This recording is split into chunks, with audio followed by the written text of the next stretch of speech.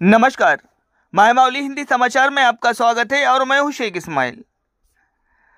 रेवंत रेड्डी पिछड़े वर्गों के खिलाफ साजिश रच रहे हैं। जोगू रामन्ना। पूर्व मंत्री और बीआरएस जिला अध्यक्ष जोगू रामन्ना ने कहा है कि जब तक कामारेड्डी पिछड़ा वर्ग घोषणा पत्र लागू नहीं हो जाता वो राज्य सरकार पर दबाव बनाए रखेंगे। उन्होंने कहा है कि पिछड़े वर्गों से किए गए वादे सरकार पूरी तरह से निभाने में विफल रहे हैं। उन्होंने रविवार को कस्बे में स्थित पार्टी कार्यालय में आयोजित एक प्रेस वार्ता में भाग लिया और सरकार की नीतियों की कड़ी आलोचना की।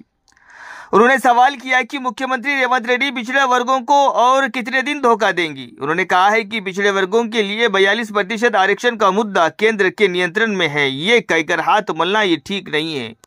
उन्होंने सत्ता में आने के 6 महीने के भीतर इस विधेयक को कानूनी जामा पहनाने का वादा भी याद दिलाया। उन्होंने कहा है कि उन्होंने पिछड़ा वर्गों को हर साल 20,000 करोड़ रुपए आवंटित करने का वादा भी किया था और जब केंद्र सरकार का इससे कोई लेना देना ही नहीं है तो इसे लागू क्यों नहीं किया जा रहा है। उन्होंने कहा है कि सरकार महात्मा ज्योतिबा फुले के नाम पर कानूनी पिछड़ा वर्ग उप योजना बिना किसी जमानत के 10 लाख तक के ऋण, छात्रों के लिए 100% शुल्क प्रतिपूर्ति और हस्तशिल्प से जीविका को पार्जन करने वाले के लिए योजनाओं जैसे कई वादों को लागू न करके पिछड़ा वर्ग के प्रति बेईमानी कर रहे हैं। उन्होंने मांग की है कि सरकार किए गए वादों को तुरंत पूरा करे। उन्होंने कहा है कि जल्द ही सभी पिछड़ा वर्ग संघ कांग्रेस के साथ किए गए कटपपूर्ण वादों का सामना करेंगी। बैठक में नेता मार्शेट्टी गोवर्धन, राउत मनोहर, मिट्टू प्रहलाद, सेवा जगदीश, राजन्ना, अशोक स्वामी, लक्ष्मण, उगे विट्ठल, अशोक, निखिल आदि ने भाग लिया। 42% పేరుతోటి స్థానిక సంస్థల్లో అర్బన్ బాడీస్ లో రిజర్వేషన్ ఇస్తామని చెప్పి బిల్లు పెట్టి బిల్లు కేంద్రానికి పంపినా నా చేతిలో ఏం లేదు, ఇక రాహుల్ గాంధీ ప్రధానమంత్రి అయితే తప్ప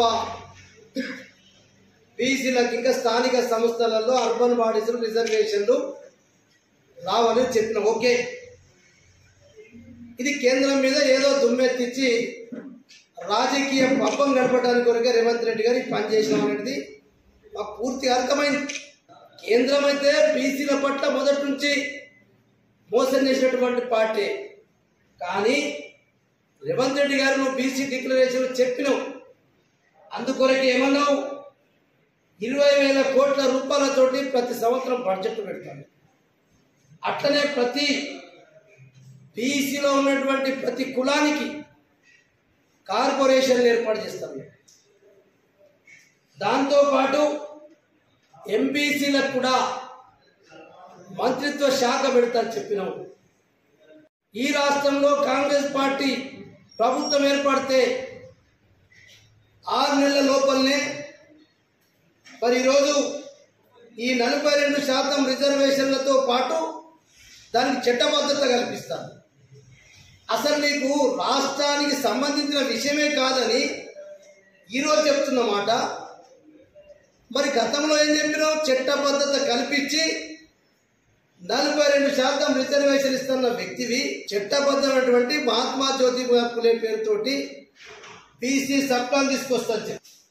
ఈ బీసీ సంక్షేమం ఎంబీసీల అభివృద్ధి కొరకు, ఎంబీసీల యొక్క అభివృద్ధిని, వాళ్ళ యొక్క ఆకాంక్షల్ని పరిరక్షణ కొరకు చాలా ఎంబీసీల విషయంలో కూడా నువ్వు ప్రత్యేకమైనటువంటి మంత్రిత్వ శాఖతో పాటు మరి ఈ రకంగా కార్పొరేషన్లు కూడా ఏర్పాటు చేసి దానికి కూడా కార్పొరేషన్లతో పాటు ఫెడరేషన్లన్నీ ఎన్నైతే బీసీ కులాలు ఉన్నాయో ఫెడరేషన్లు ఏర్పాటు చేసి ఫెడరేషన్లకు కూడా ఎన్నికలు జరిపి దానికి కూడా నిర్వహణ కొరకు 10 లక్షల రూపాయలు ప్రతి ఫెడరేషన్కి ఇస్తారు.